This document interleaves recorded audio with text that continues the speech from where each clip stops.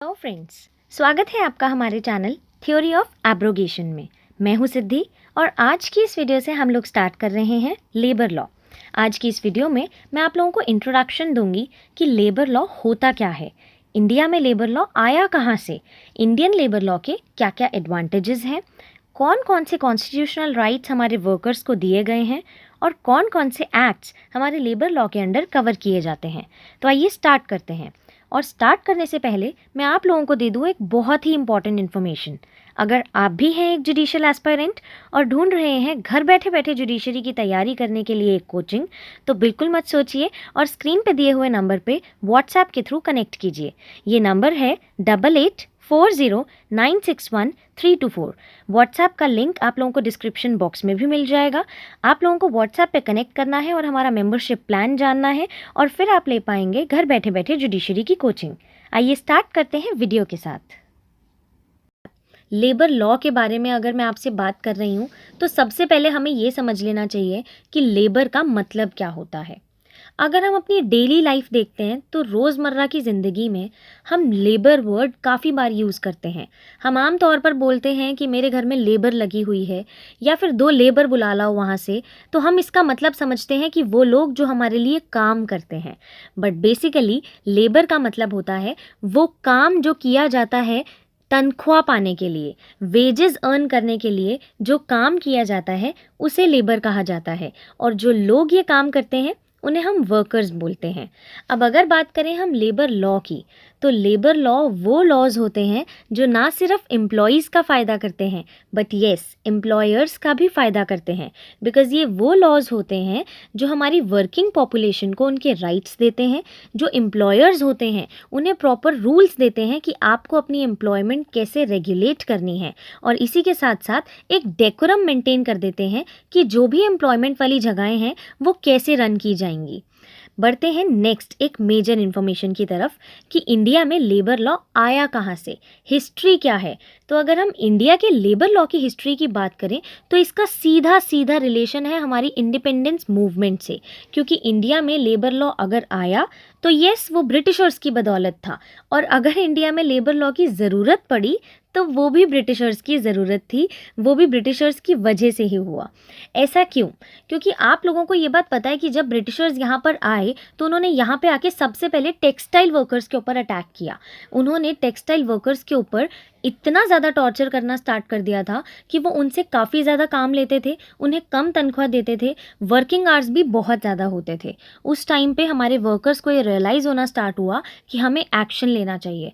काफ़ी सारे वर्कर्स ने इकट्ठे होकर स्ट्राइक्स करना स्टार्ट कर दिया, काम करने से मना कर दिया। उस समय ज़रूरत पड़ी ब्रिटिशर्स को भी कि एक ऐसा लॉ होना चाहिए जिस लॉ से हम इन सबको रेगुलेट कर सकें। और उस टाइम पे फैक्ट्रीज़ एक्ट इंट्रोड्यूस किया गया सबसे पहले 1883 में, जो ब्रिटिश पार्लियामेंट ने ही इंट्रोड्यूस किया। और उस टाइम पे ब्रिटिश पार्लियामेंट के इंट्रोड्यूस किए गए इस एक्ट में उन्होंने काफ़ी सारी अच्छी चीज़ें निकाली, जैसे कि उन्होंने वर्किंग आवर्स को रिस्ट्रिक्ट कर दिया, उन्होंने चाइल्ड लेबर के ऊपर रिस्ट्रिक्शन लगाने की कोशिश करी, उन्होंने रिस्ट्रिक्शन लगाई औरतों के ऊपर नाइट एम्प्लॉयमेंट में, और काफ़ी सारी चीज़ें करी वर्कर्स के वेलफेयर के लिए। तो अब जब हमने इंडिपेंडेंस हासिल कर ही ली तो हमारी सरकार ने भी सोचा कि कॉन्स्टिट्यूशन में लेबर लॉ डाला जाए और हमारे वर्कर्स के लिए कुछ कॉन्स्टिट्यूशनल राइट्स डाले जाएं। अब देखते हैं इंडिया में कॉन्स्टिट्यूशनल राइट्स क्या क्या हैं। सबसे इम्पॉर्टेंट है आर्टिकल 14 जो देता है राइट टू इक्वालिटी। इसी के साथ साथ आर्टिकल 15 जो कहता है नो डिस्क्रिमिनेशन। नो डिस्क्रिमिनेशन, किसी भी बेसिस पे कोई डिस्क्रिमिनेशन नहीं होना चाहिए, not even on the base of caste, colour, sex, creed, किसी भी तरीके से डिस्क्रिमिनेशन नहीं होना चाहिए। आर्टिकल 16 कहता है कि अपॉर्चुनिटी सबको बराबरी से मिलनी चाहिए, कोई जेंडर बायसनेस नहीं होनी चाहिए, किसी भी तरीके की बायसनेस नहीं, कहीं भी एम्प्लॉयमेंट है अपॉर्चुनिटी सबको इक्वल तरीके से मिलनी चाहिए। Article 19 clause 1 sub clause C ये कहता है कि जो वर्कर्स हैं उनको लेबर लॉ के अंडर एसोसिएशन बनाने का, ट्रेड यूनियंस बनाने का राइट दिया गया है ताकि वो अपने काम को अच्छे से आगे बढ़ा सकें। और इसी के साथ साथ इम्पॉर्टेंट स्टेप लिया गया आर्टिकल 23 में, जिसमें ट्रैफिकिंग और फोर्स लेबर को रोकना चाहा इस तरीके से, क्योंकि लेबर लॉ बढ़ रहा था आगे, वर्कर्स आगे ज़्यादा से ज़्यादा एम्प्लॉयड हो रहे थे, तो उनकी एक्सप्लॉयटेशन को रोकने के लिए ट्रैफिकिंग पे रोक लगाना और बंधुआ मजदूरी पर रोक लगाना काफ़ी ज़्यादा ज़रूरी था। इसी के साथ साथ आर्टिकल 24 जिसमें चाइल्ड लेबर को प्रोहिबिट किया गया। हेजार्डस एम्प्लॉयमेंट वाली जगहों पर, जो बेसिकली ग्लास मेकिंग वाली जगहें हैं या बैंगल मेकिंग जैसे होती है या फिर माइनिंग, इन सब जगहों पे चाइल्ड लेबर को प्रोहिबिट किया गया।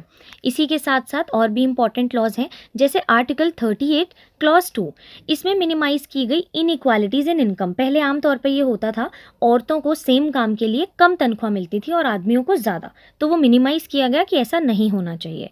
उसके बाद राइट टू वर्क आया, ये बहुत इंपॉर्टेंट था। आर्टिकल 41 में मिलता है राइट टू वर्क। ये स्टार्ट हुआ था हमारा MG नरेगा से। Mahatma Gandhi national rural employment act बना था, जिसमें 100 दिन के लिए वर्कर्स को काम दिया गया था 2005 में। वहाँ से राइट टू वर्क आया। उसके बाद आर्टिकल 42 ये प्रोवाइड करता है कि ऐसी कंडीशंस दो लोगों को काम करने के लिए कि भाई वो इंसानों वाली कंडीशंस हों, वो वहाँ पर तरीके से काम कर सकें, और मैटरनिटी रिलीफ को यहाँ पर इंपॉर्टेंस दी गई। इसके बाद आर्टिकल 43 ये कहता है कि right to a living wage, एक इंसान का गुजारा हो सके ऐसी तनख्वाह देनी चाहिए। इसके बाद नेक्स्ट हम बात करते हैं कि क्या क्या एडवांटेजेस आए लेबर लॉ के।